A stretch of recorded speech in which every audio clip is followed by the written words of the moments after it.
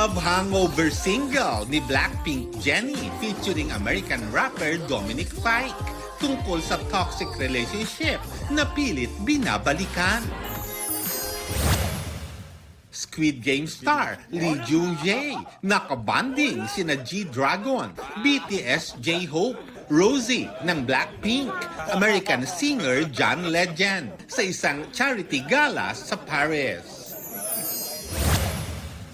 Sa Los Angeles, star-studded din ang two-day fundraising concert para sa mga naapektuhan ng wildfires. Kabilang sa mga nag-perform ang Phil-Am na si Olivia Rodrigo, Lady Gaga at Billie Eilish. Manila concert ng Maroon 5, tinawag nilang epic.